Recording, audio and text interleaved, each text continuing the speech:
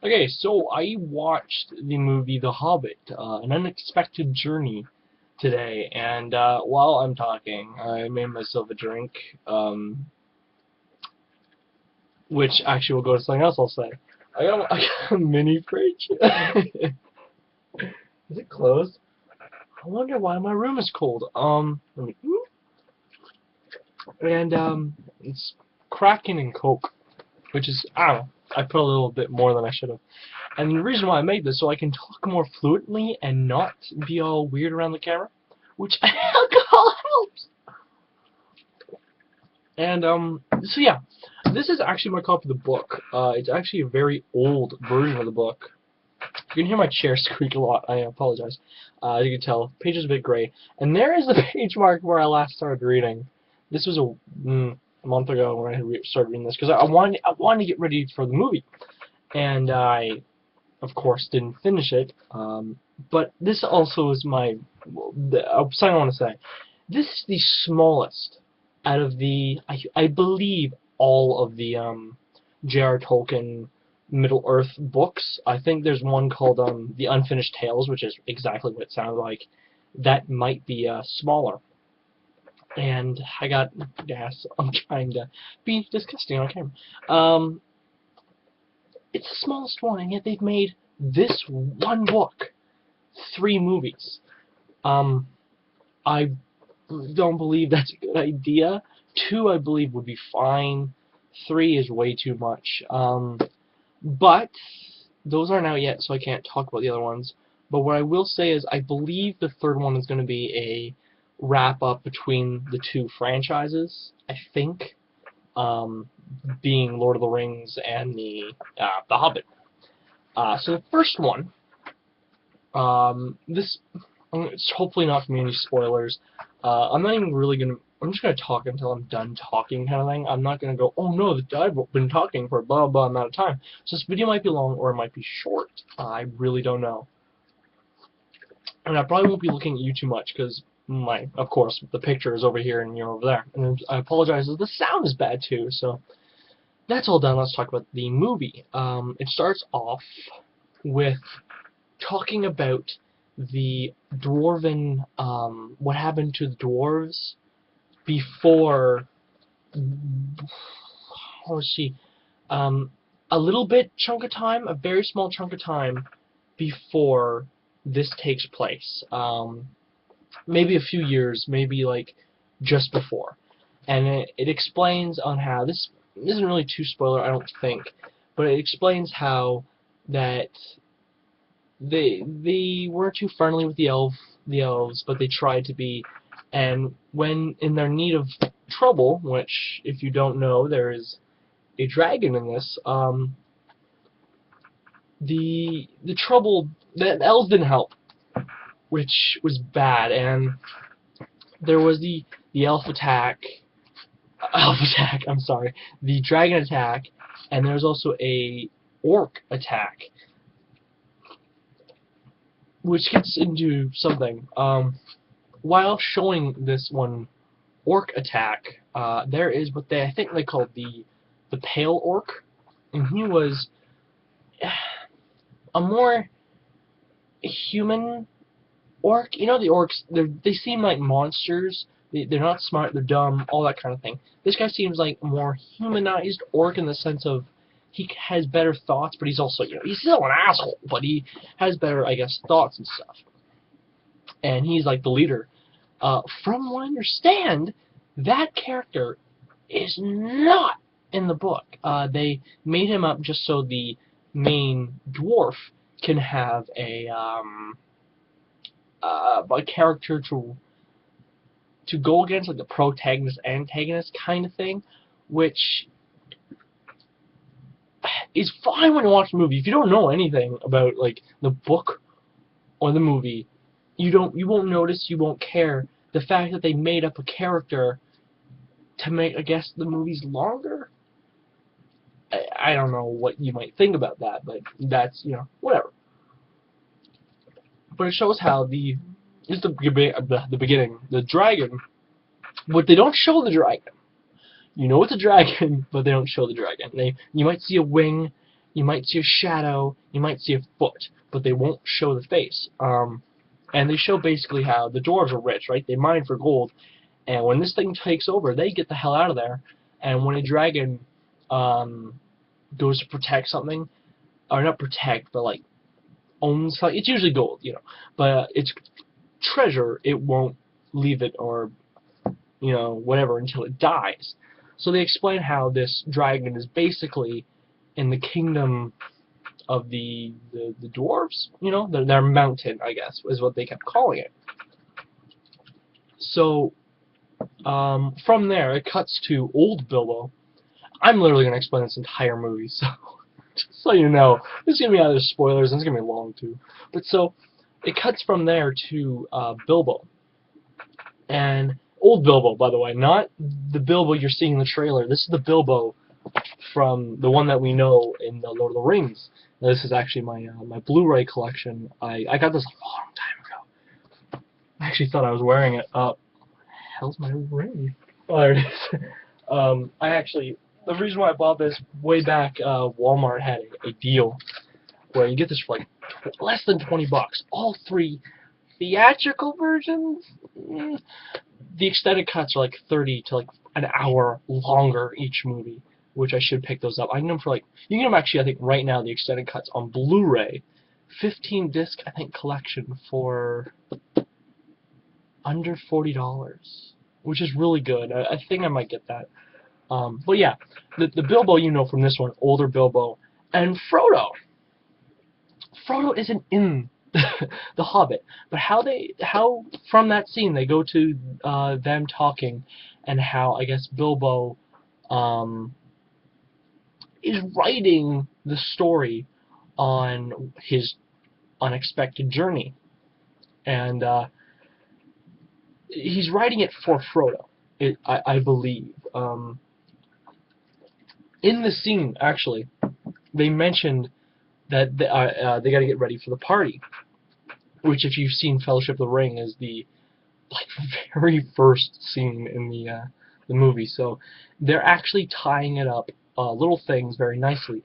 Actually, something in that party, I can't get the ring off my finger. In that party, there is a story Bilbo tells the kids about how he once had a fight with trolls, which is actually in the book The Hobbit and the movie The Hobbit. So there's little tie-ins from the original trilogy in The Hobbit and vice versa. So it's him writing the book, and it cuts from there to, actually let me see, the very first line in here, which is, "In a hole in the ground there lived a hobbit." That is what he's writing. He's writing the book that you know.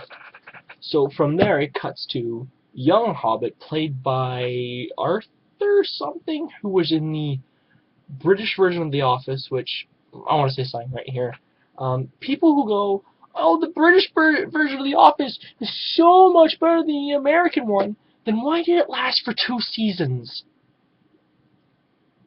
But not saying I'm not saying anything about the actors in the British version. I'm just saying, really quick, people who go, "The British version's better."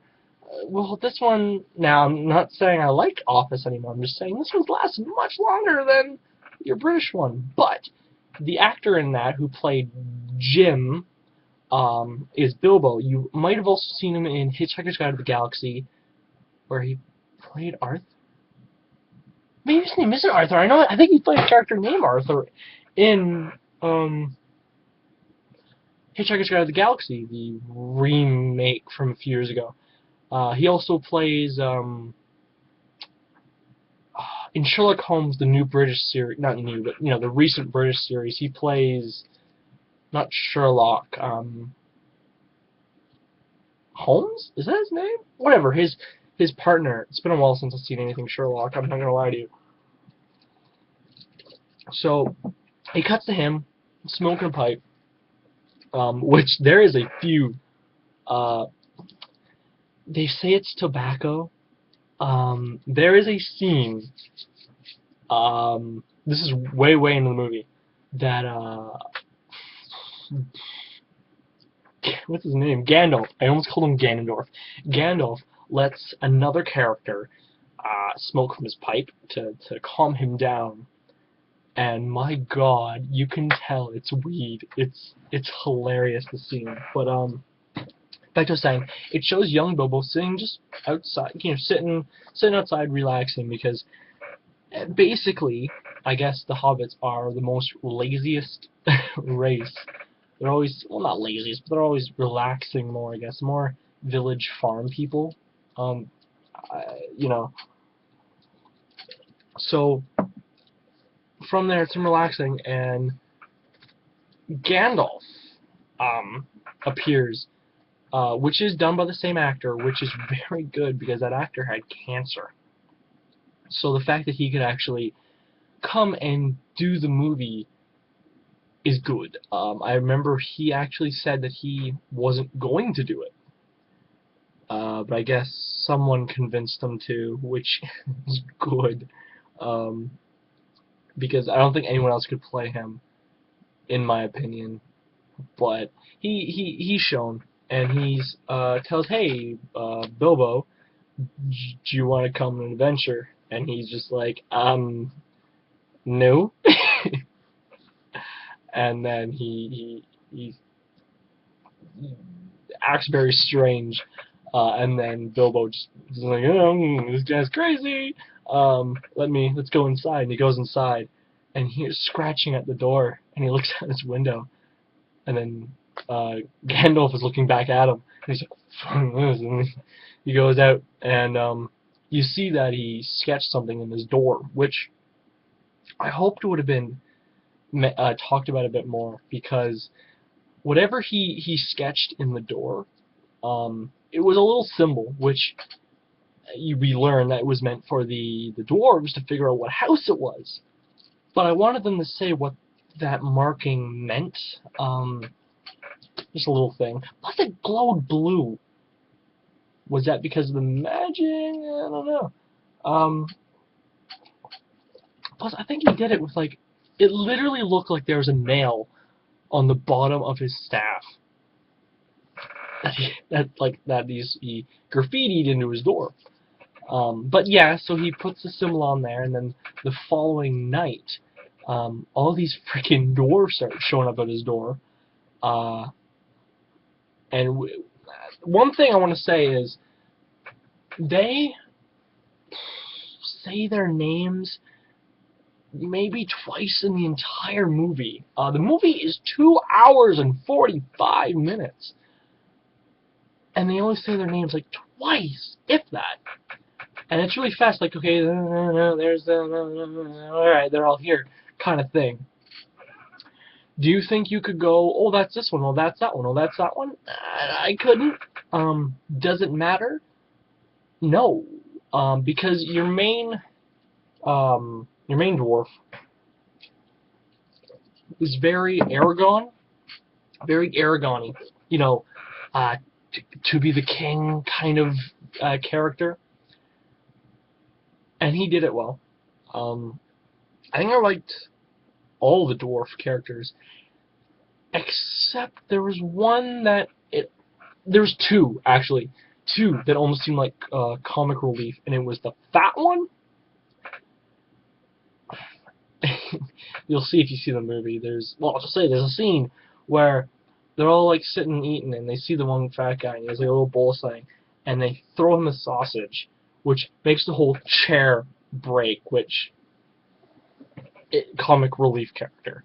And there's also a really skinny-faced one that almost looks like he has, like, Down syndrome or something. Like, it's horrible to say, but that character also, they kind of made for, yeah, comic relief. Which is fine, but that's another thing in the movie. I'm eating a piece of ice. There was a lot of comedy-like scenes. I can't really think and say any that just pop in my head, but just a lot of comedy-like scenes, which it makes The Hobbit more light-hearted than Lord of the Rings, which, people who complain about that, this was actually meant to be for J.R.R. Tolkien's kids, this one. And I think it was written first. That I might be wrong about, but I believe it was written first. And then when the kids started growing up, he wrote this one, which of course is darker. So, yes, there is a lot of lighter things. Now that I think about it, there was no swearing. Not even like medieval swearing, if that makes any sense. Which is fine, to be honest with you. So where was I? I was talking about the... Okay, so, of course, there's the whole scene where you see in the trailer where they're singing and they're throwing plates. The two singing parts you'll see in the trailer of them happy singing, and then the sad song, which is the trailer's big thing, it looks like in the trailer to be the song of The Hobbit, and it is. It is this version's song of da da da da da da da da da da. It's The Hobbit's version, which is da da da da da da da da. You know the song.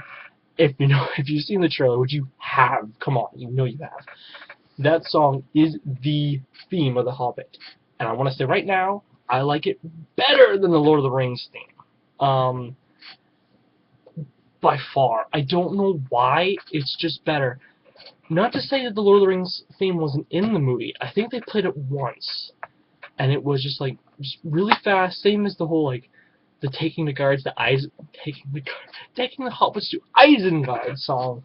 They played very, very small of in the scene when Bilbo's writing the book. There's, I think, one of the scenes, I think when there's one of they're talking to elves or something, they play the Lord of the Rings main theme for a second. But in this, the battle themes, the sad themes, the adventuring scenes, and the song scene that you see is that theme. It's so good.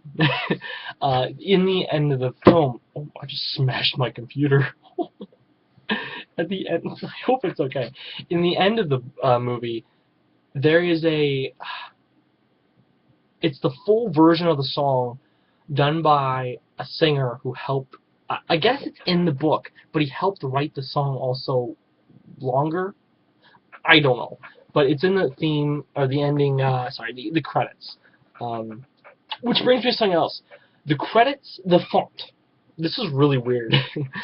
The font of the movie looked weird. The title card looked like someone went into Sony Vegas, downloaded the font, and wrote The Hobbit. It looked iffy. That was one of the weirdest first things I noticed. Yeah, oh, another thing I should say. I saw this movie in 24 frames, not the 48 frame thing that everyone's been talking about. I just noticed my Wii's turned off. Like, off. Nice. So yeah, I won't be talking about, oh, this looked fake and that looked fake, because I watched it how I believe people should watch movies. That whole new framing thing I think is dumb. I haven't seen it yet, but I've seen what people have been talking about. I understand why it's bad, but that's how I could do that another rant. If you would like to see it, just tell me, and I'll explain my whole thing about that. So what were we talking about? What were we talking about? So the singing and the whole food scene you see in the trailer. I heard of the dishes scene when they're throwing them. It looked horrible. Not really. It looked okay. The song they sing, I think the song when they're singing, not the song, but the song at that scene. I think they only sing twice. I think there's only 2 theme voice songs in the movie, and it's like 10 to 20 minutes. Like, it's really close together. It's the whole when they're all in Bilbo's house. So the whole dish song is basically they're singing about how Bilbo doesn't like it when people are messing with his things, and it's gone and done so fast. Now, you're probably thinking, why am I stopping and looking down? I was actually looking for the song that they're singing, the one when they're throwing the dishes, and I found it. It's on the 23rd page. So, chip the glasses, wreck the plates, blunt the knives, bend the forks. That's what Bilbo Baggins hates. Snatch the bottles and burn the corks. Cut the clothes and treat on flat. Pour the milk on the pantry floor. Leave the bones on the bedroom mat. Splash the wine on every door. Dump the crocks in the boiling bowl. Dump them up in throbbing pole. And when you're finished, if any are whole, send them down the hall to roll. That's what Bilbo Baggins hates, so carefully, carefully with the plates. That's the song, and I think I said it probably as fast as I did. So, anyone who bitches about, oh, there's music, they sing music in this. If you couldn't get past 30 seconds, I don't know why I'm getting angry. Damn, alcohol. You're a fool. Now, when I said 10 to 20 minutes, I'm actually going to show you this. Here's what I just read. I didn't have this marked or anything. I just went and looked really fast when I was talking. The next page is the song you hear in the trailer. So as I said, those two songs are so close together, it's ridiculous. I've actually heard people bitch saying there's too much music. It's fucking like there's two fucking songs. So let me go to the next song, which is in the trailer. I've said this 1,000 times. I won't read the whole thing, but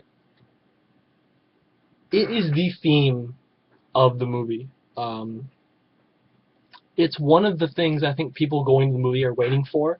The song Smeagol, or Gollum, which is in the movie. That scene I'm going to talk about later, but that scene's awesome. I'm going to say awesome. Also is what I was trying to say. But this song, this is like right before, I guess, the scene cuts to the next day, and Bilbo kind of going, I don't want to go on an adventure because I'm going to die, kind of scene. Let me just read the part. The one, I guess, line. For over the misty mountains cold, to dungeons deep and caverns old, we must away from the break of day to seek the pale enchanted gold. This song, you can probably search it up.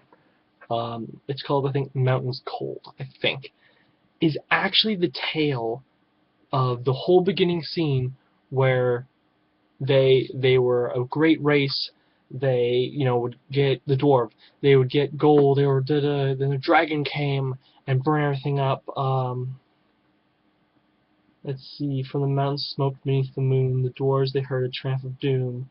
They fled to the halls to dying fall beneath the feet, beneath the moon. For over the misty mountain grim, the dangers deep, caverns dim, we must away, break of the day, to win our harps and gold from him. So they want to get their gold back, which, I'm trying to see. Okay, this is the line I like. But, where is it? The pines were roaring on the heat. The winds were moaning in the night. The fire was red, it was flaming spread. The trees like torches blazed with light. It's all about the dragon coming in and, like, wrecking shit up. And it's... Oh my god, is it actually Unexpected Journey? Did I just read that right? Oh, the first chapter is called The Unexpected Party. Okay. So, the whole, that whole scene is great. The song you hear in the trailer is pretty much the entire song. But from that, it goes to nightfall. Bilbo's like, no way I'm going, because I'm gonna fucking die, kind of thing. And so it cuts to nighttime. He wakes up. They're gone, because he didn't want to go. And then all of a sudden, it just clicks him going, I had a lot of fun, kinda. So, maybe I should get them. So, it just cuts for him running, going after them. And he catches up, and he goes with them. Now, of course, the main leader, who is... I know I said I wasn't going to say spoilers, but it's not really spoilers. I just want to talk about it anyways. The main leader of the dwarves is the son of the Dwarven King, who was slain, killed, by the Pale Orc, which isn't in the book. The whole Pale Orc character. So, I don't remember if the king actually was killed. Maybe it just says he was killed in the war. But in this, it killed his father. So his whole thing is to kill this creature, right, and get the kingdom back. So technically, he is king. He's like Aragorn, right? He is the man who's going to become king of blah blah blah. In this case, he's going to become king of the dwarven people, right? So it cuts to them. Bilbo goes with them. He goes on a horse, which he doesn't like doing. And throughout the movie, it's him. He's kind of wanting to go back home, but he never does. But I'm trying to think. This is a few hours. I saw it actually at 2 today, and it is now 10:41. So this is a few hours. So this is me later on trying to explain the movie, see if I remember it or not. Because if I do remember it, I guess it tells you how good the movie might be, you know? Because there's some people who might watch a movie and then the next day forget everything, or hours later forget everything. So I'm just trying to talk and explain. This is just more of a vlog kind of thing for me. It's just long, and I apologize. But here we go. So through the movie, I'm just trying to think of scenes.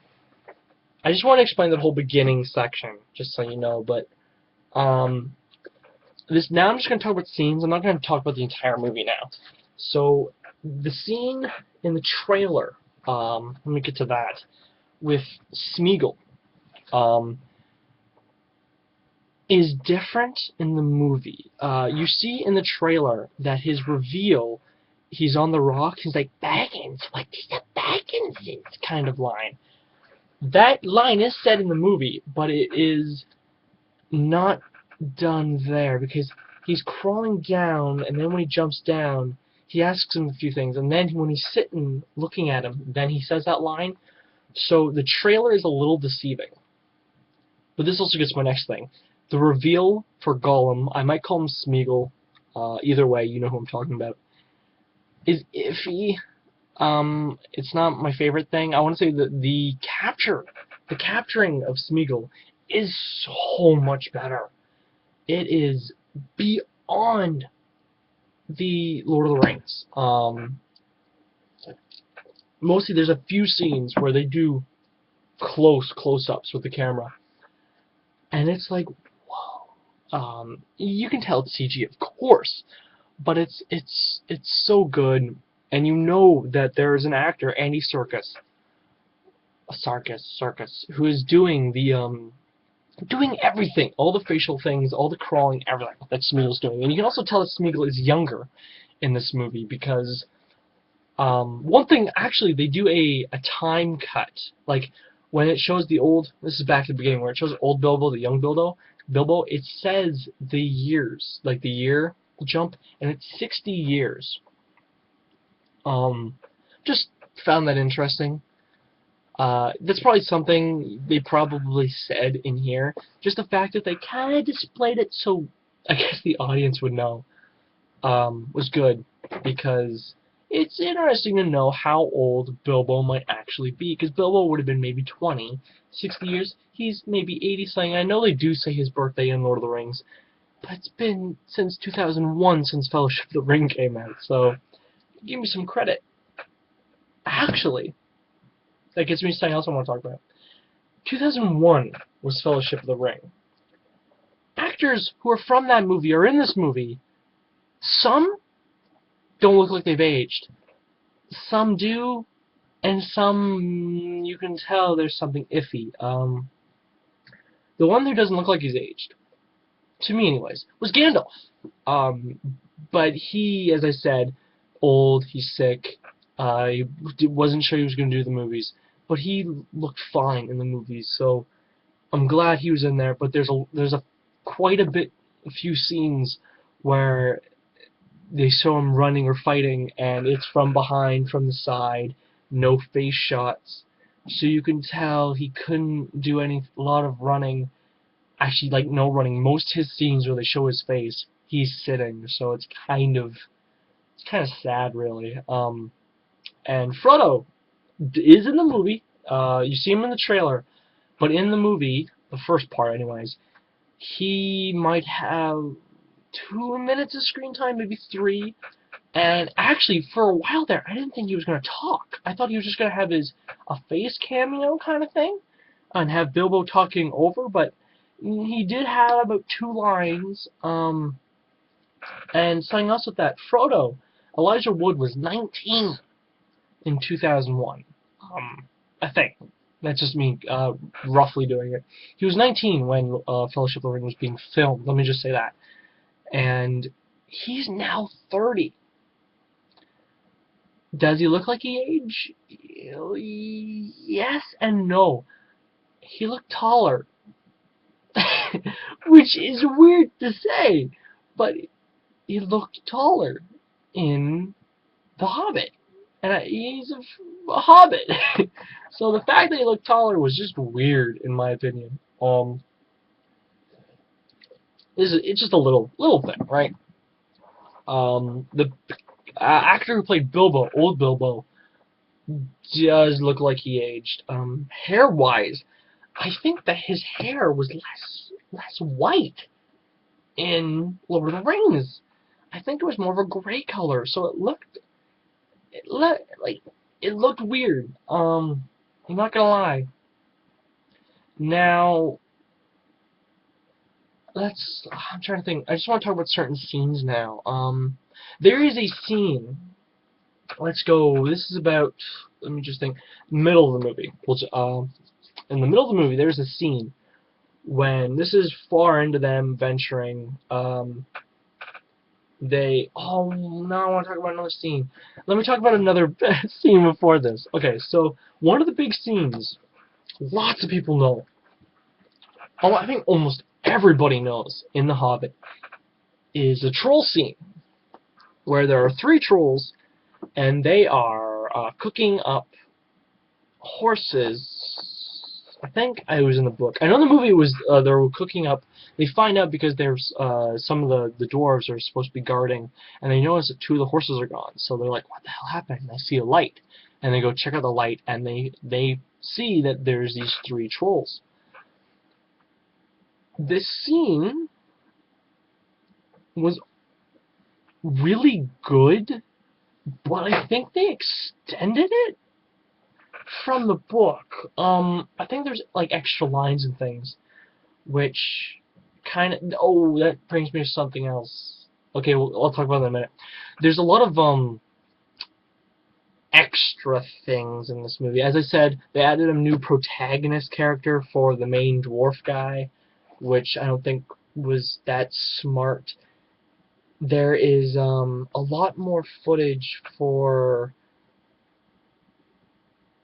certain characters. There's another wizard they introduced into this. He's a brown wizard, because there's the gray wizards, the blue wizards, the white wizards, and this one brown wizard.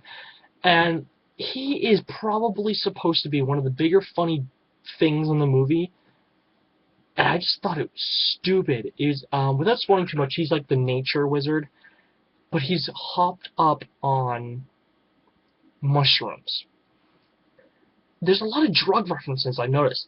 They literally say he's hopped up on mushrooms. Saruman's in the movie, but I'll actually talk about him in a minute. And you have Gandalf smoking his pipe, which we find out is not tobacco. But back to the troll scene.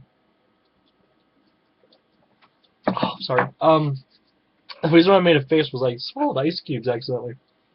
So, what was I talking about? Back to the troll scene. Okay. So in the scene, Bilbo gets he's supposed to go in, try to save the horses. He gets captured, of course, and they go to save him. I don't want to talk about too much of it. Like, I want to talk about it because I think everybody knows about this scene I'm talking about. It seemed longer. It's supposed to be kind of a funny scene. And I found out it's all was done by mocap actors. If you watch the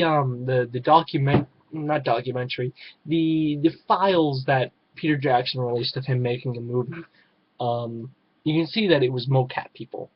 Now, they were fat, because the trolls are fat, but whatever. It's just interesting to see they used real actors for that scene. It kind of went on a little too long, but that's okay. I'm trying to think of what I want to talk about. Gandalf is the one who saves them, of course, and they turn the trolls to stone, which is probably in the book. I don't remember, but the fact of turning trolls into stone because of the light of day, I don't know, a little weird. I'm not gonna lie. I think it could have been a cooler scene, to be honest. So back to what I was wanting to talk about. In the middle of the movie, there is a scene. I know it's in the book, but it's weird, I want to say. They're climbing a mountain. This is way into their journey. They're trying to get to their location, of course. And they're climbing a mountain. It's raining, and a rock a huge mountain basically goes flying, hits the mountain, and it falls, and they're all trying to lean back, and it looks cool. And they're like, "Where did that come from? It's a lightning storm." And the one guy's like, "No, it's not a lightning storm. It's a storm of fighting." And they're like, "What?" And then a mountain. The mountains turn into giants, stone giants, and they're rock'em sock'em robot fighting. I literally mean it. Like, and like headbutts and stuff, and they're throwing rocks at each other. And look, okay, it looks great, and probably telling the story from a book perspective to a kid, this is probably like, wow, kind of thing. In the movie, it just seems so random. It's cool, but it just seems really fucking random. And of course, the one mountain that they're on is actually a giant, and you know the giants are fighting, and they all like fall down basically, and they half the hobbits think the other ones are dead, and they're okay, kind of see. Of course they're okay, right? And then they hide in the mountain, which somehow is a booby trap for them to end up in a goblin territory. But I don't really want to talk about the whole goblin thing. I don't know. I'm not saying anything, but I'm just saying. I'm trying not to spoil at the same time. I'm giving spoilers, which is weird. Because I know it's an old book. I think a lot of people know of what I'm talking about. But that's why I'm trying not to talk about the whole movie. Because if I talked about the whole movie, there would be no point of watching the movie. This is more for you guys who've seen it. I don't know. I'm just talking. Literally, I just was like, I don't want to make a video. I know we're already at 40 minutes, but I'll just keep talking. So I'm trying to think what I want to talk about now. They do go to the elf. This is actually right before that scene I just talked about the giants. Right before there, they do go to the elf kingdom place, which was shown also in Lord of the Rings. It's the exact same place. The two main, elf people, the king and that woman, which I don't remember why she's like a god of the elf people, but she isn't. She's weird in this movie. The person I watched it with called her Angelina Jolie. Because when she's walking, she's posing the entire time. It's weird. Plus, she's like reading minds with Gandalf, and he's talking back to her in a scene. But I don't know. I want to say this. This might be funny for some people. The person who's playing the guy, King Elf guy, that is the agent Anderson, I think his name is, the agent from Matrix, and he's also V for Vendetta. Remember the 5th of November guy. Same guy, which is weird. And the woman is that Russian Nazi from Indiana Jones' Crystal Skull, which I don't know. It's just funny to see these people. The woman looks like she's aged a bit in this. The guy, they both do. I don't know. Of course they did. It's been over 10 years. And they've done a good job trying to hide the fact that this was made after. But you can tell, of course. But that whole scene is when they reveal Saruman.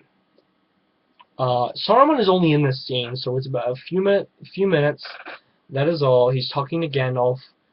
Gandalf is trying not to leak what they're doing, but at the same time, he is talking to another great wizard. That's why he's talking to the elf woman through their minds while he's talking to Saruman. Saruman has a bit of black hair, which is interesting if you think about it, because Gandalf, it's been 60 years, right? And Gandalf doesn't look like he aged a day. But Saruman does, which is really weird, because Saruman the White is who he is in this, and he's Saruman, still the White Wizard in the Lord of the Rings. Which I thought that's when you die you become that. And they've made him look like he's aged between the two movies.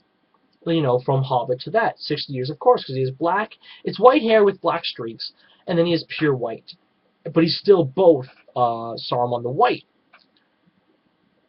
I don't know. I just thought that was kind of strange that they've shown him aging, but Gandalf hasn't aged, and he also does die.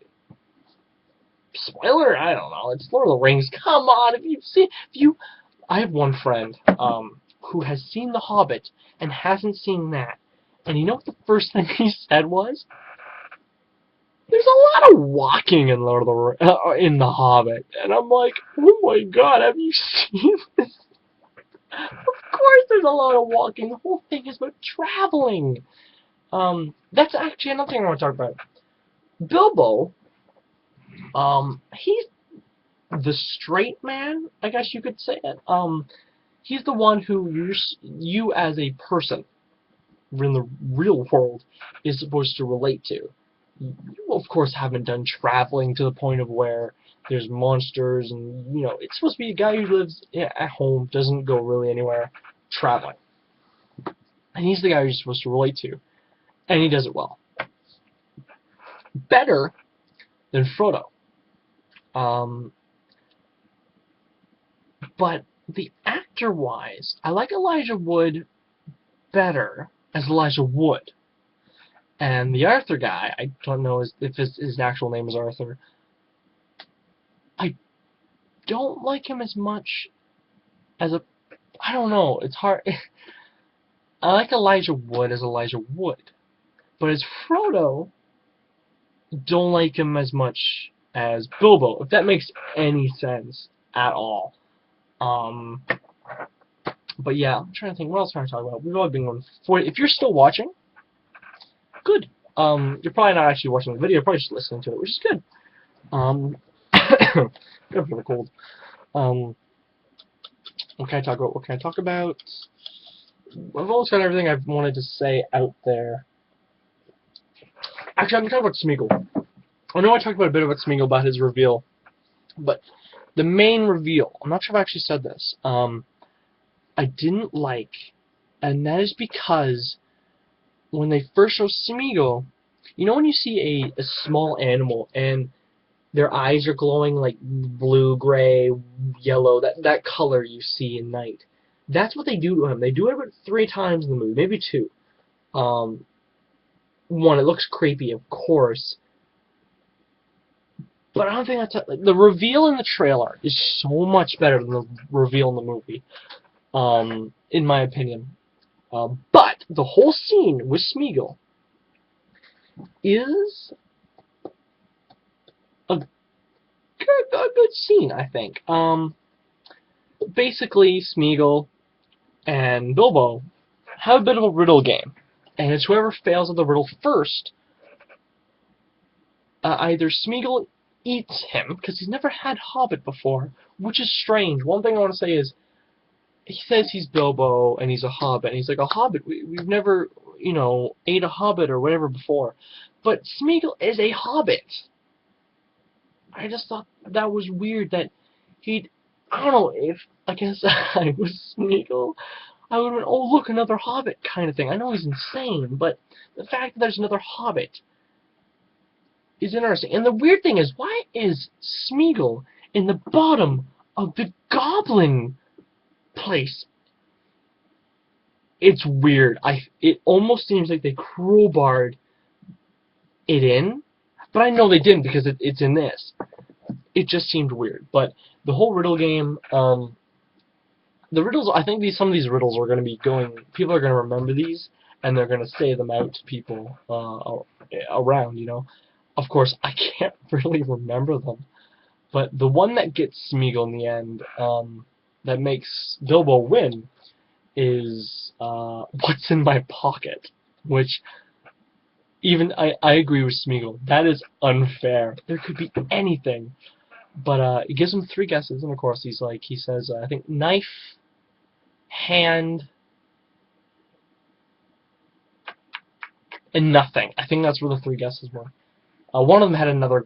There was 2 guesses in one, but I forgot what it was. And I think Smeagol, Gollum, figures it out, and he's like, what's in that pocket kind of thing, because he realizes his ring is missing. The ring which Bilbo picked up randomly, because he saw it. And that is the reveal, of course, of the ring, there it is, the ring, which, you see the writing on the ring there. The writing wasn't on it, it was just gold. Now, I was talking to someone, they said, well, the writing didn't appear until it was thrown in the fire.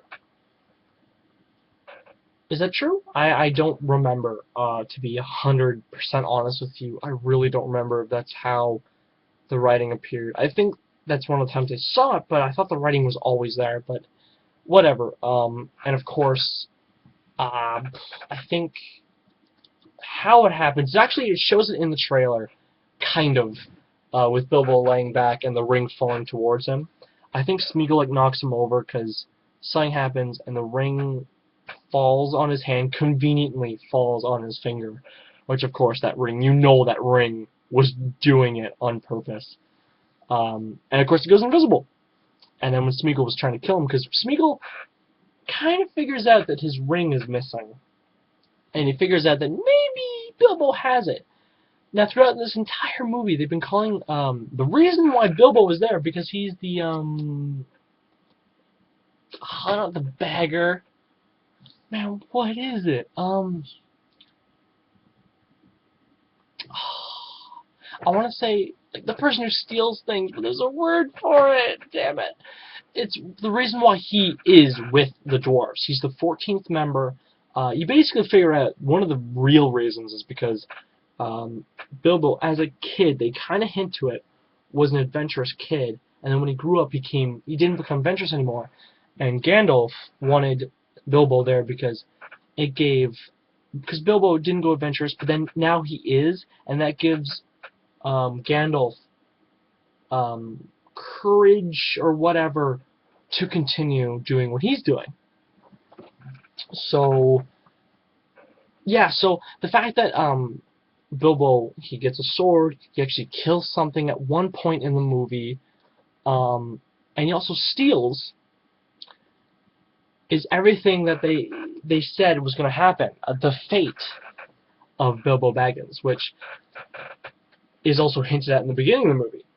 That you see it also in the trailer, once again, that Gandalf and the main, that guy is the main dwarf guy, says, you know, I won't be responsible for what happens to him and the fate of what happens to him. And of course, it's hinted that they might have known that this was going to happen with the ring. We haven't seen the 2nd movie yet, or the 3rd movie, so we technically don't know. But that's interesting. How, oops, shit, sorry, I spilled my drink. How he gets the ring. We see the ring. It's nice to see the ring in the movie.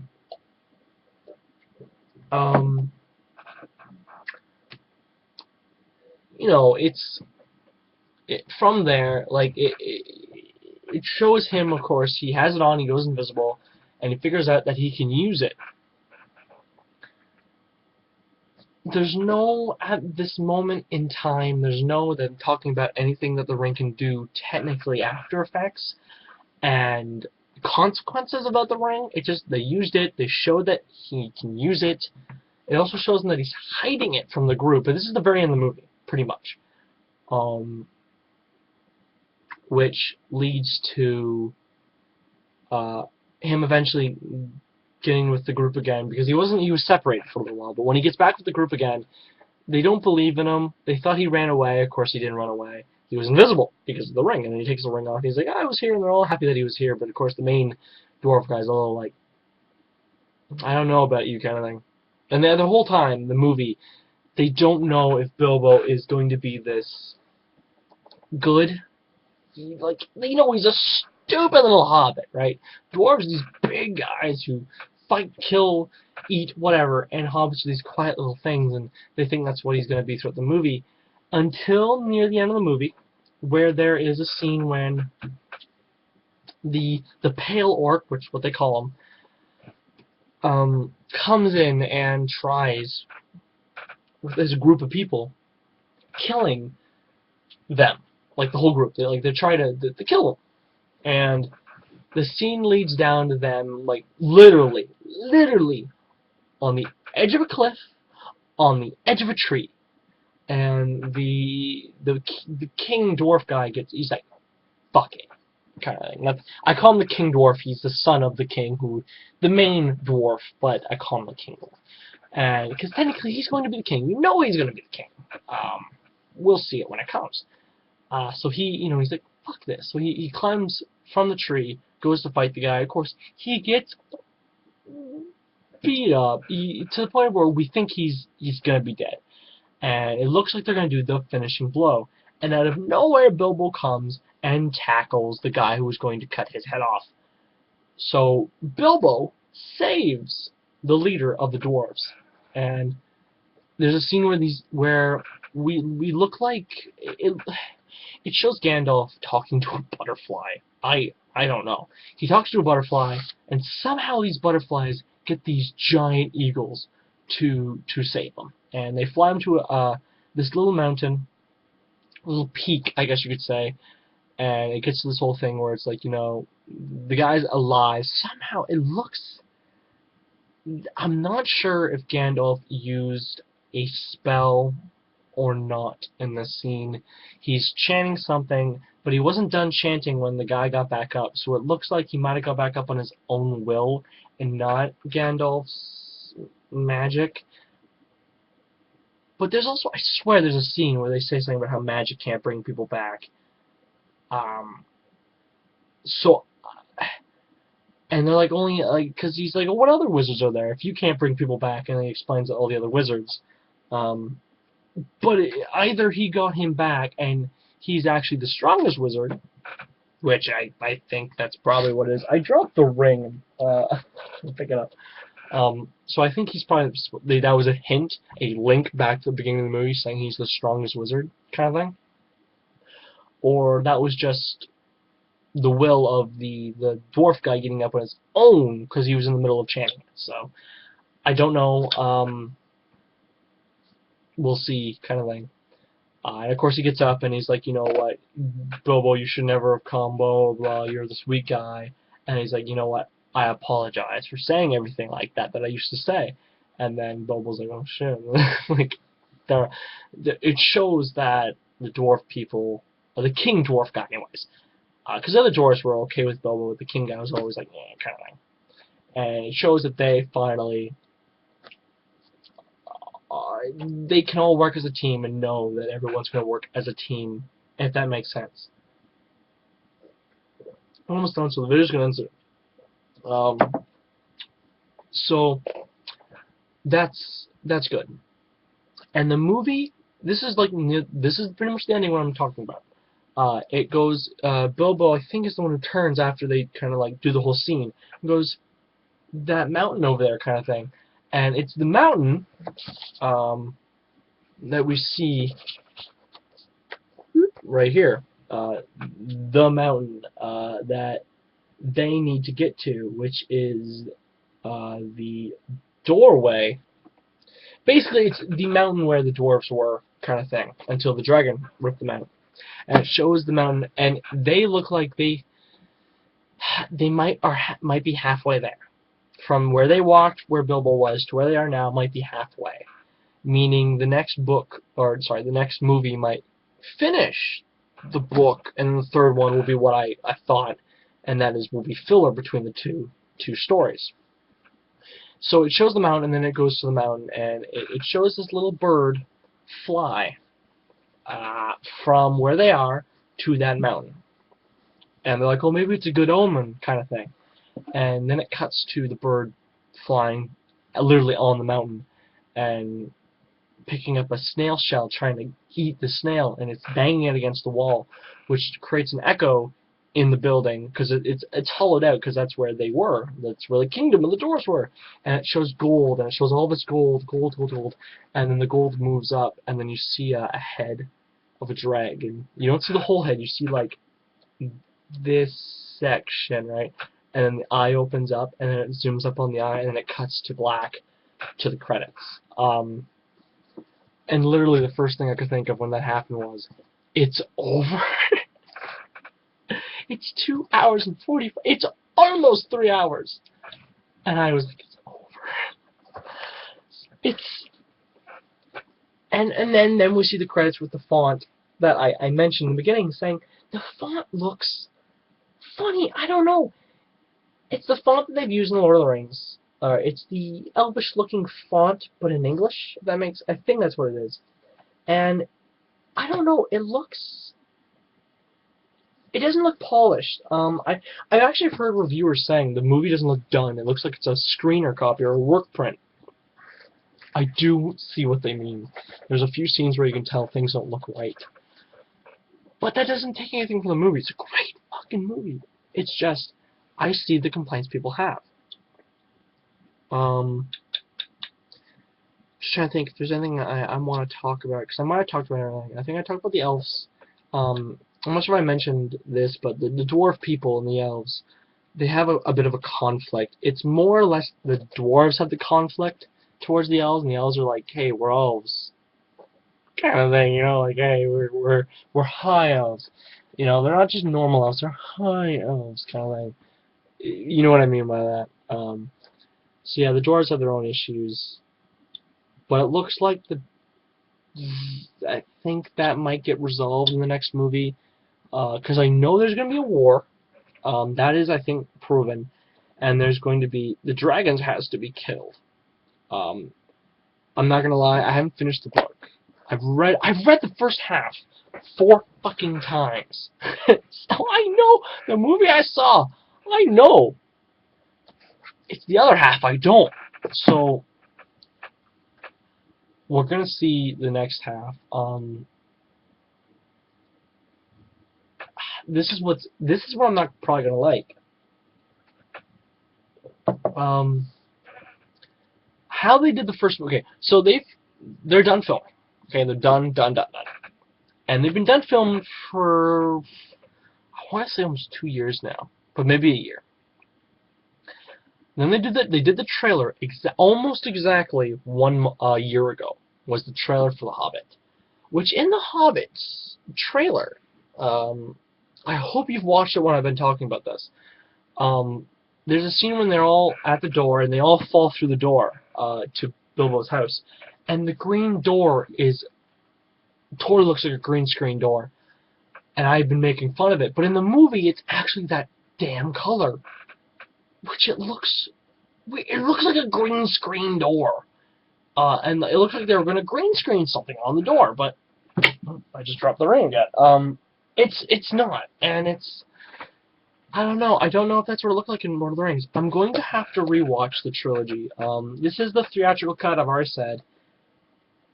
I don't know if I want to go and get the extended cuts just to watch them again. I don't know if I've seen the extended cuts, I'm not going to lie. But The Hobbit, as what it is a great movie in 24 frames. I've heard people hate the 48 frame version because it looks fake as hell. and I could totally see what they would be talking about, because you walk in sorry, if you walk into a Walmart, I know that sounds funny when I say Walmart, wherever a boutique store is that sells plasma TVs or LCD TVs, and you look at that one TV that looks like it's being fast forwarded, and everything looks fake, but it's not being fast forwarded, then you know what I'm talking about. That is what it would look like in the theater. So I saw it in 24 frames. As I said, I didn't see that version of the film. Would I not have liked it as much? I don't think so. But a lot of reviewers have been putting it down because of that issue only. That, and they say it's more lighthearted. Well, no fucking shit. The kids, when he wrote the book, it was for little kids. So if you actually look under Amazon, it is selected as a child story. So just put that together in your head when you I'm laughing because this book was $6.95 in Canada. You know that was a long time ago, when the same book they're selling at Walmart for like $15 right now, and it's the shitty movie print version. When they show the, you know, when they re-release a book and it's more movieized, you know what I mean? That's something else entirely. So we are now an hour in.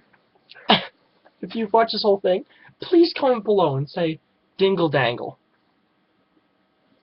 because that will be just code word for me and you saying you've watched the whole thing, and wow, I thank you very much. I apologize if you didn't like this video of me talking.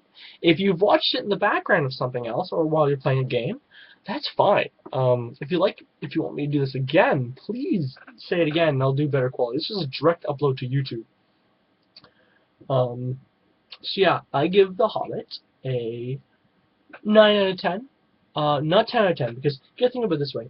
10 out of 10 means the movie was perfect. I mean, not a single thing wrong with it. And I believe that's almost impossible to have a perfect movie. And the movie was great. But if you have one complaint, even if it's something little like, oh, that character was a little funny, that is a complaint to the movie, which would bring it down a notch, wouldn't it? That's my opinion. So I'm gonna finish this, and we'll see you later. So comment and rate and subscribe. But when people say that, that really puts a date on the video, if you know what I mean. So do what you gotta do, and we'll see you if I ever watch a movie again. We'll see you.